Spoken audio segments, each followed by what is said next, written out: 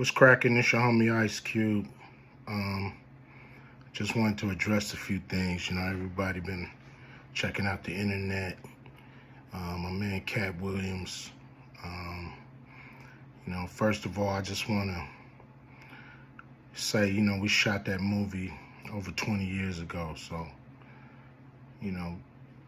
people have different perspectives, and it's been a long time.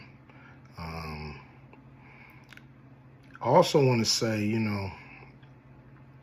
every comedian that I've worked with, every comedian that I've put in a movie, I only put them in the movie because I thought they was funny. I thought they was perfect for the part. I tried to put them in a position to win. That's what it's all about, I look at from, Chris Tucker and Bernie Mac and Mike Epps, Katt Williams, Ricky Smiley, Michael Blackson, Cedric, Kevin Hart. All these guys I know are funny as hell. I didn't discover them. They were doing their stand-up or doing their thing, and I knew that they were great and that they could act, and that if I have an opportunity, I was gonna give them an opportunity. To me, that's what it's all about. Far as specific things, Katt was 100 on a few things.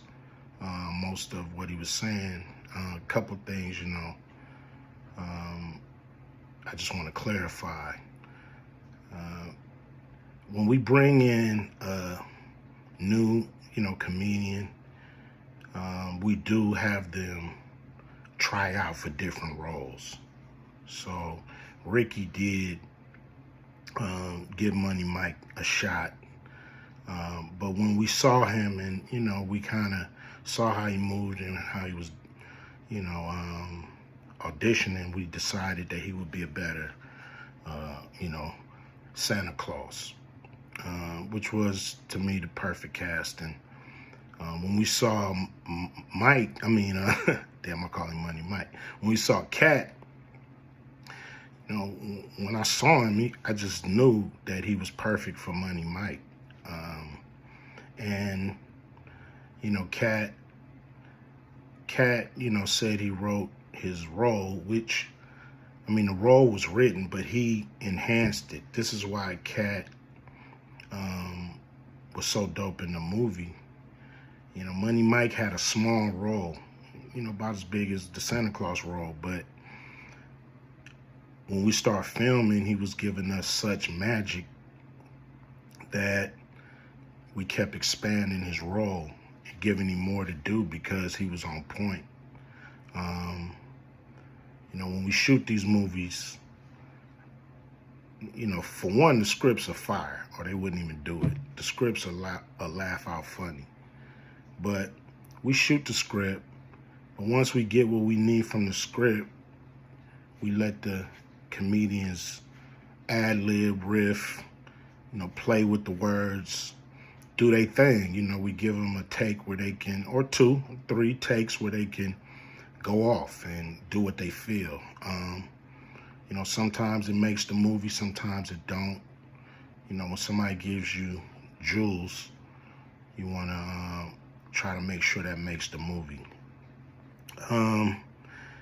So in the movie, there's second thing I want to clear up.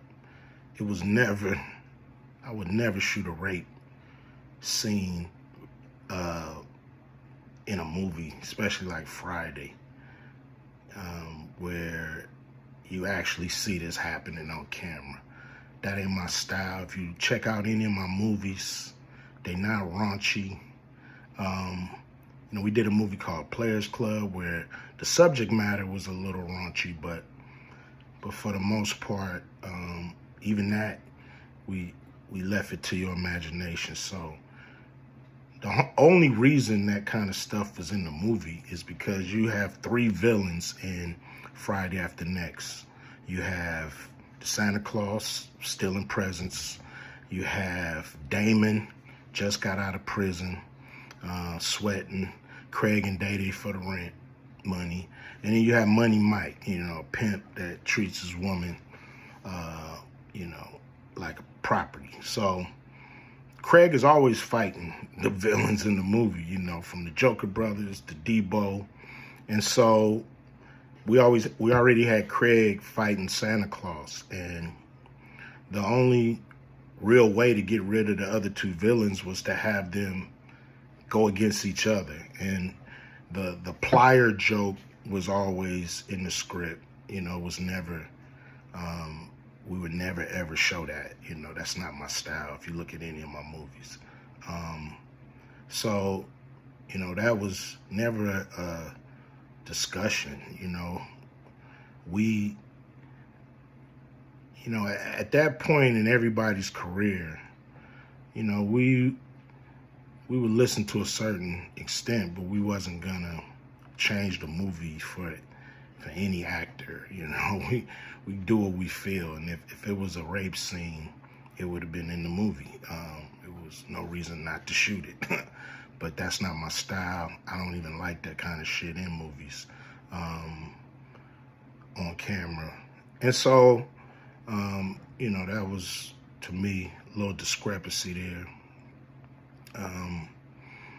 Katt, he wrote a lot of his part because, like I said, he was giving us jewels, so we were keeping the camera rolling. He was coming off the dome. He was coming prepared every day to steal the show. That was his mission.